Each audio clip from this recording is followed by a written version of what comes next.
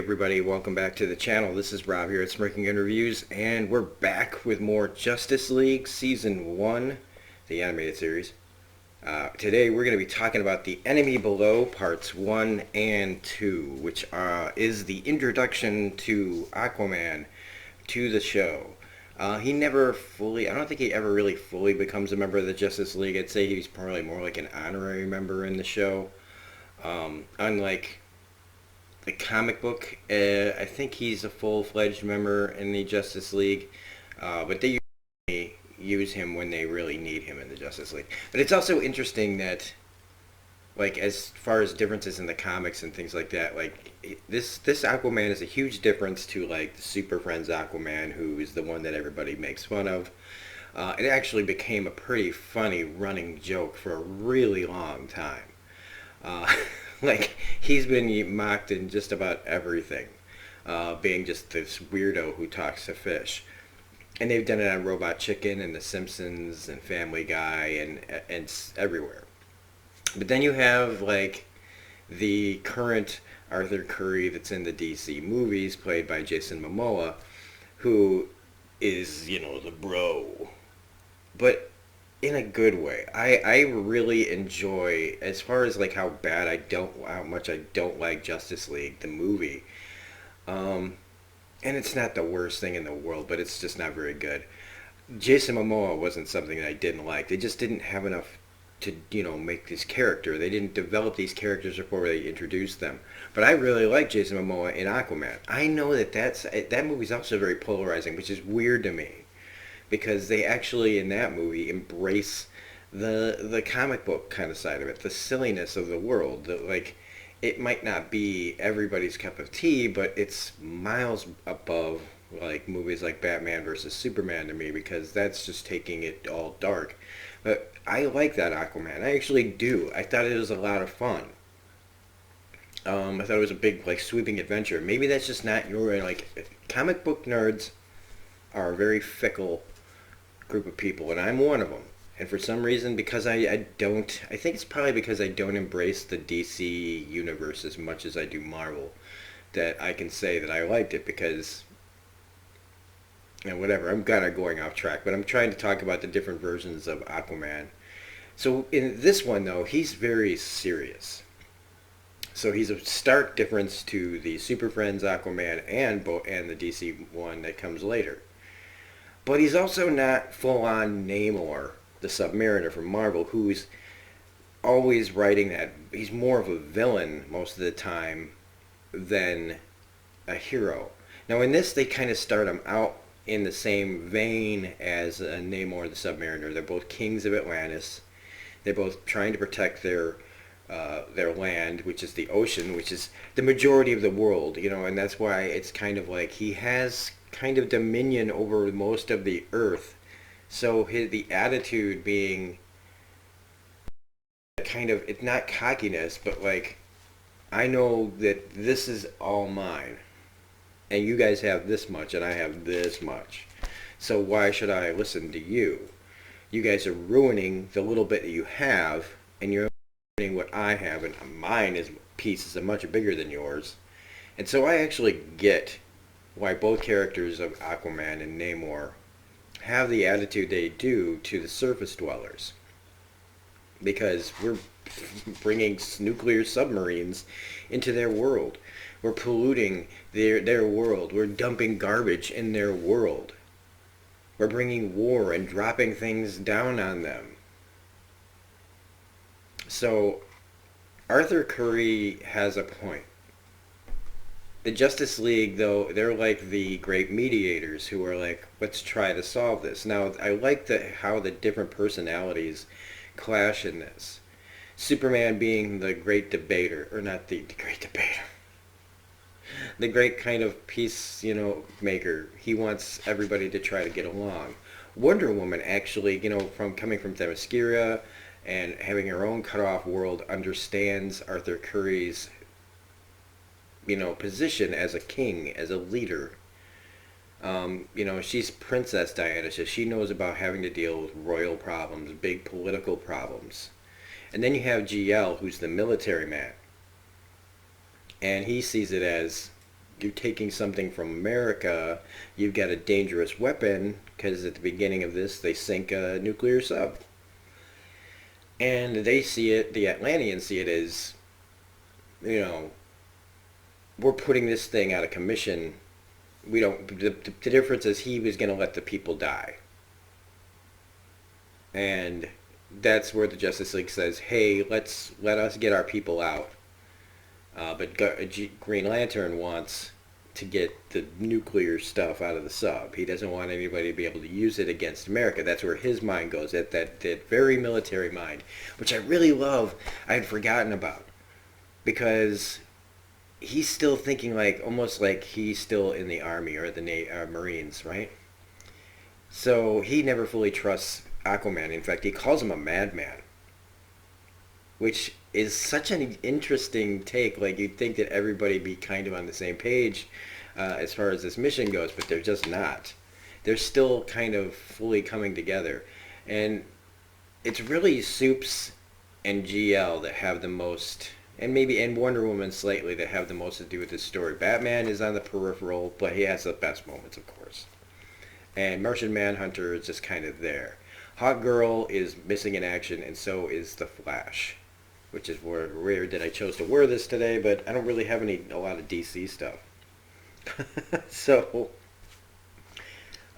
they convince Aquaman to come to the World Council.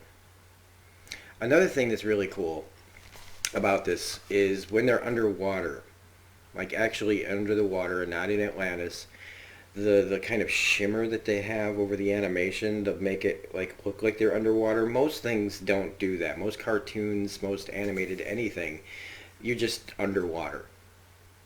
And it doesn't, the frames, the animation style does not change at all. You just go, oh yeah, we know they're underwater. But they really went out of their way to add that extra detail to show they're underwater, like kind of feeling like a ripple under the water. And I wonder whose idea that was. It feels like a Bruce Timm idea, because I think that they did a lot of things like that on Batman the Animated Series, where they just added an extra bit of touch to the animation to show a certain style of what they were trying to tell in the story. And I think that's a really interesting detail.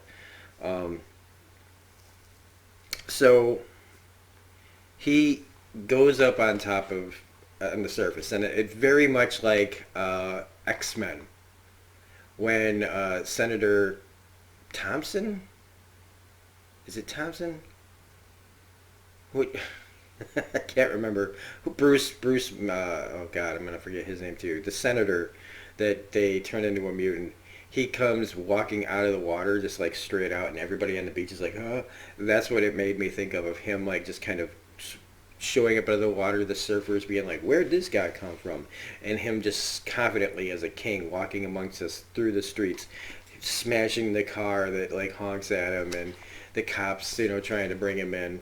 I really like that. This could have been a great introduction to Aquaman if they had made like a real Aquaman origin movie introducing him to the Justice League. I think this would have been a great way for him to be introduced to the Justice League if they had done it right the first time in the movies. Well, I also like that when Superman says to him about how to convince him, he's like, come to the, negotiate for peace, try to prove, that, we don't need to start a war. And he's like, what, come to him on my knees like a beggar? And Superman's like, no, man, like a king. I gotta make sure I don't lose my place here.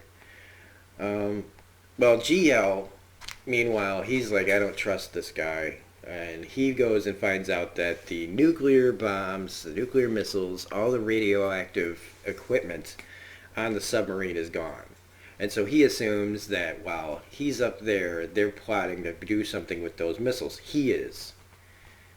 Well, when he gets to the UN Council, he basically does kind of and I'm going to change the backlighting on this a little bit, but it's still really bright. Sometimes you have to take it all the way down to 0 for it to show up better.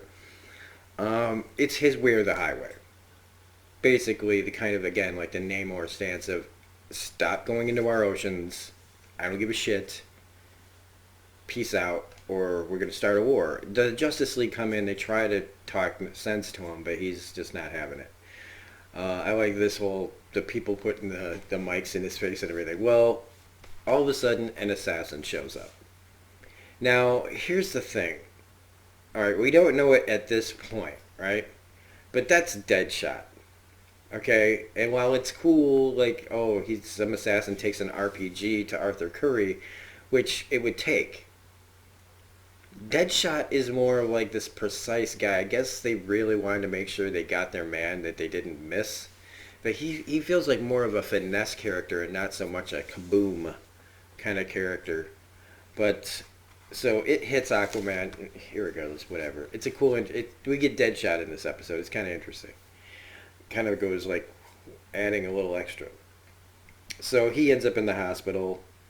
And meanwhile in Atlantis, because he's been gone for like a day, his brother just goes, "Oh, I'm taking over. He left us." Like, good lord. But it was just, you could just tell that this was just an excuse to take over. So in his absence of about 24 hours, he takes control of Atlantis. And he's all about, like, his Aquaman wanted the peace. Of course, his brother wants war, so you need to have that conflict. The doctors can't break Arthur's skin. They don't know how to help him. They think he's going to die because they can't help him. And so it finally leads up to Batman showing up. And of course, Batman has done his research. He's the character that always has the answers in the show for the most part. And he brings in kind of like the tank from Star Wars, right? If you think about it like that, except they put him in seawater.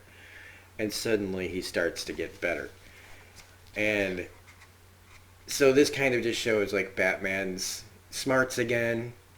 That, you know, while everybody else is talking about everything else, about the peace accord and blah, blah, blah, Batman's been working things out on the sidelines quietly. He's a fish out of water. Salt water. So to find out who attacked him, Batman starts a ruse where they say they're moving his body. This is like a Godfather moment, right? Remember in The Godfather where they went to move Marlon Brando and they said, we're going to take him from this place to the other to draw the assassins out? Is that how they did it? That's how I saw it. Or maybe they were moving him to hide him from assassins? I don't know. But it reminded me of that. So they pretend that they're moving Arthur out to draw the assassin out, and he does. He comes through the sewer. Like, why didn't Superman just scan the whole area with his, you know, X-ray vision? Like, he could see everywhere and everybody that's standing there. He can hear really good. He could hear the guy walking around. He could hear the breath. He could hear the voice. And, you know, like if he talked to himself or whatever. Plot. So he gets out, and again, he busts out a freaking, like, this one was like, that was like a sniper rifle with an RPG on it. Or it's some, I don't know. I don't know guns that well. This one, he just looks like he's about to fire a bazooka. And that's when Batman is able to throw a batarang into the bazooka, and it goes out course and explodes away from everybody. Again, Superman's heat vision. Why couldn't he just fry the guy's gun? I feel like they sideline Superman's abilities to let other people shine because, I'm sorry, the speed of a batarang and the speed of Clark's heat vision, it looks cool. So anyway, the assassin goes on the run, and they're all after him, and he ends up getting, like, this is another kind of silly thing, is the whole Justice League can't stop this guy. Basically, he gets Batman stops the gun, but Superman can't get to him because when he goes into the sewer, he seals it behind him and has it electrified, and it shocks Superman so hard that he gets knocked out.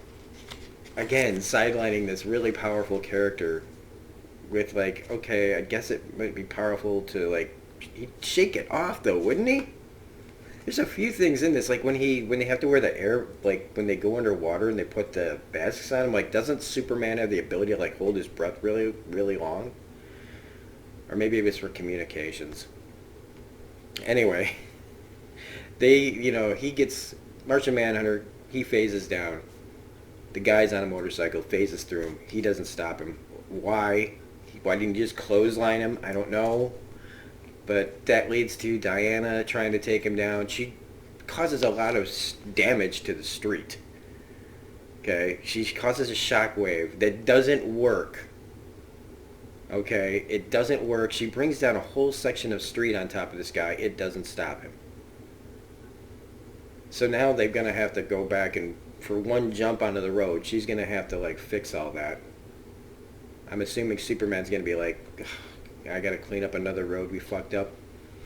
So she can't stop him either. Finally, it comes down to Batman again. He's gotten ahead of him. He puts some mines down, and he knocks the motorcycle out. But like Batman in the utility belt, Deadshot has a gas pellet. He throws it into Batman's face, and he gets away. Finally, Superman, they let him, be the guy that stops him. He hits his tires, he flips the car over, he catches him.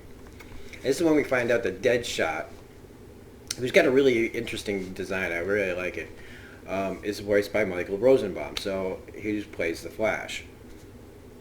The character, I guess they wanted the character to have something to do. They were probably like, so since you're not in this episode, you want to be Deadshot? And he's like, probably sure. I don't know. Speculating. But his voice as Deadshot, I guess, was based on Kevin Spacey, which was the fact that both Rosenbaum and Spacey have played Lex Luthor. And he does sound very much like a combination of like Lex Luthor and his character from The Usual Suspects.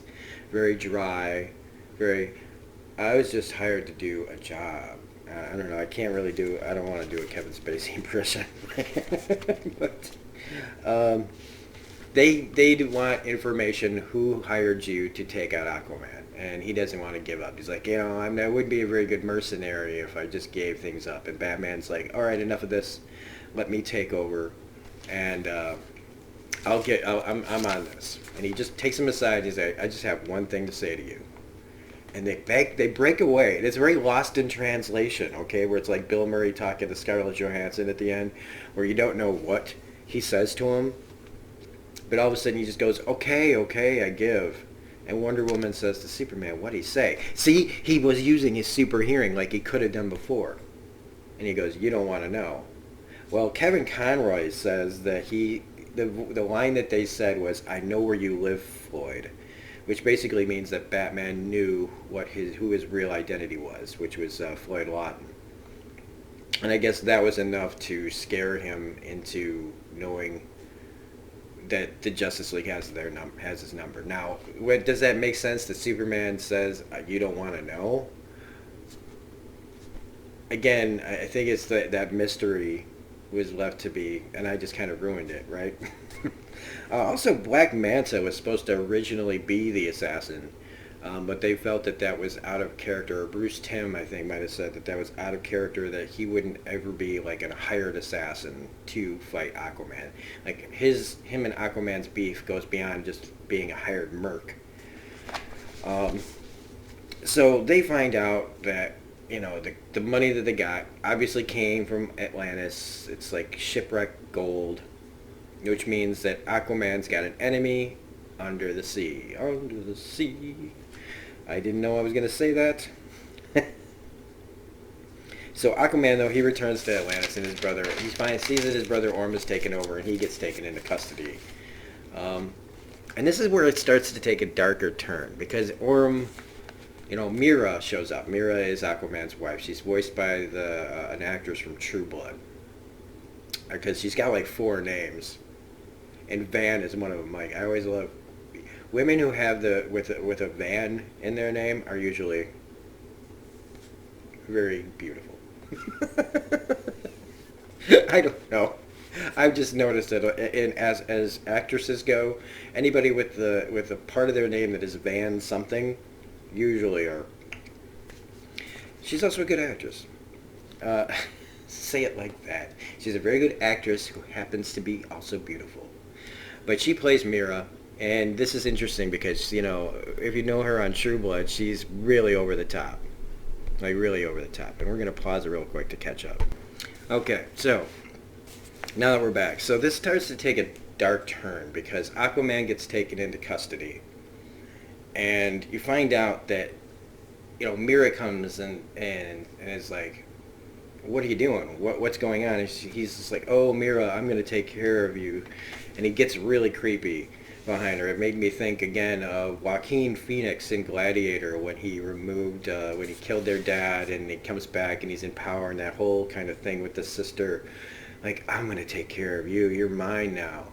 And by that, he doesn't just mean her. He means their son, his Aquaman and Mira's son. And he's taken him as a hostage to make sure that Mira goes along with things. Now, by going along with things, what does that mean? Does he mean to take her as his queen? Pretty dark, because the ramifications, because like, hey, they make babies. They're acknowledging the fact that sex happens here and they created life. So Mira's life just got a whole lot worse. And so the Justice League come and there's a really great action sequence. All the action sequences in this are, of course, on point, and they're really good. But they get captured anyway. There's the plan to execute them, and they plan to wipe out the surface world. Well, when Supes, Wonder Woman, GL, and Martian Manhunter are captured, they get this helmet put on their heads, and they get this, it's like a synaptic discharge happening that keeps, of course, GL from using his ring and Martian Manhunter from being able to phase out. But Mira attacks the guards. They don't show her powers. Her powers are really great. If you've seen Aquaman, she controls water. And she gets them free and tells them, what we got to do. We got to stop Orm. He plans on killing Aquaman and his son. Plus, he's going to use this polar ice cap melting weapon to flood the entire world, which is kind of an interesting thing because we're melting the polar ice caps just fine on our own. So maybe just wait a little while and we'll finish the job for you. It'll be water world soon enough. We're playing that long game. You just got to play the long game, right?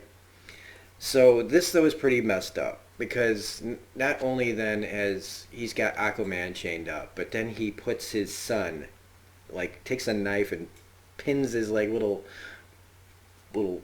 thing that they got wrapped around to a rock, and he's gonna drop the rock into a trench that's filled with lava at the bottom. The stakes are pretty high here, and pretty high for a cartoon, a 20-minute like kids show. So he's literally dropping a baby into a pit of lava, and the baby starts crying, and that adds to the drama because there's nothing worse. To me, one of the worst noises in the world is the noise of a crying baby. And I'm like, oh, I gotta find out what's wrong with that baby. I'm always more like, what's wrong with that baby? Sorry, I'm just being honest. I'm not mean to babies. I like babies. I just glad I don't have one. Welcome to my reviews. In order to save himself and mostly his son, I think he's thinking mostly of saving his son. And what a parent would do in the situation is he takes this part of his thing and he cuts his own hand off. Of course they cut away. But the next time we see him, he's got the baby and no hand. And what was interesting was the way they got around the blood was that the baby was, and Bruce Timm, I think, was another thing that he added, is that the thing that they wrapped the baby in throughout the whole episode needed to be red, so that way when he used it to cover his hand, I don't know what he'd used to cauterize that wound, but it would show that, since it was already red, you couldn't tell that he'd been bleeding through it, even though it should be dripping blood everywhere. Unless, again, he cauterized it somehow, but they don't show that. That would have been a nice touch. So they all have to go to stop Orm at the polar ice caps. There's another huge fight. The Justice League and Aquaman are taking on the Atlantis army. Aquaman pulls a full-on Free Willy moment that makes GL go, I can't believe I just saw that. Because there's like a giant orca. Not like a regular-ass Free Willy, but a really big really big orca, like a mutant orca, like a giant, like ancient orca that nobody had seen in like a million years. And he jumps out. And they say the reactor can't be shut down, so GL uses his power to wrap it around Batman, who goes in to turn it off. And meanwhile, then, there's like this brother versus brother fight, which I thought was going to last longer, where he gets a little bit of a cut on Aquaman. You know, again, you don't see the blood, you just know he cut him. But the whole place falls down. Orm is hanging on the cliff, and you get that moment, kind of like what happened in the episode of Batman the Animated Series we just watched and reviewed, The Last Laugh, where Joker's hanging by a cord wrapped around his leg, and Batman's sitting there pondering whether he'll bring him up. But of course he does. Difference is here is like Orm's sitting there, don't let me fall, brother. And he reaches out, you think to get him, and instead he takes the scepter and says, this belongs to me. I'm just taking it back, my property. And he lets his brother fall, presumably to his death. And they show it. And they look at his brother's face, it's like, oh, as he falls in the pit. Now, no body, no death, but still, presumably, he let his own brother die. Did his brother deserve it? Yes. He tried to kill him and his son and take over and start a whole war with a bunch of people. This is basically like killing underwater Hitler. Without the concentration camps and shit. It's like preemptively ending a war that would start. And I don't know why I don't know why me and everybody else would go to Hitler, but that's the first person that came to my head. Was somebody with those kind of lofty designs to take over. So Bats turns out the reactor. Aquaman puts his generals and everybody that's sided with Orm. So that's another thing, is he wasn't just, they were like, look, we didn't really want to do it. We were just following orders. Again, like Nazis, you know, like had that, well, it wasn't really our fault. We just were following orders. But he has no qualms to just send all his men away, his generals and everybody, assumably to Atlantis prison or whatever. I don't know what. Maybe be executed. Things work differently down there. They don't fuck around in Atlantis. And so that's the end of the episode. They kind of just end it. Where now Aquaman's got this cool, like, hook on his hand. They take the hook for a hand gimmick and really give it a really cool spin. So that's the enemy below. It's a lot of fun. Not everything makes sense as far as choices with all the characters. Like I said, Soup's kind of, his power set is kind of hamstring depending on what kind of story they're trying to tell. And it almost makes you go, well, if you don't want to use them right, then don't use them at all. But still a lot of fun. I like the difference between Aquaman and Namor quite a bit. I just like the dark kind of ending to this. Like the baby crying as he's leaving it to die. I mean, this is, again, I talk about this on Batman the Animated Series, but this is pretty hardcore shit. So anyway, if you like this review, please hit the like button, comment, share the video with your friends, hit the bell for all notifications so you know when I'm making videos, although notifications on YouTube have been fucking up pretty hard. If you're not a subscriber, please consider becoming a subscriber to the channel. Otherwise, you can find me on Twitter at reviews_gun. We will be back next week with the two-parter Injustice for All. So, have a great day, everybody, and we'll see you next week on more Justice League. Bye.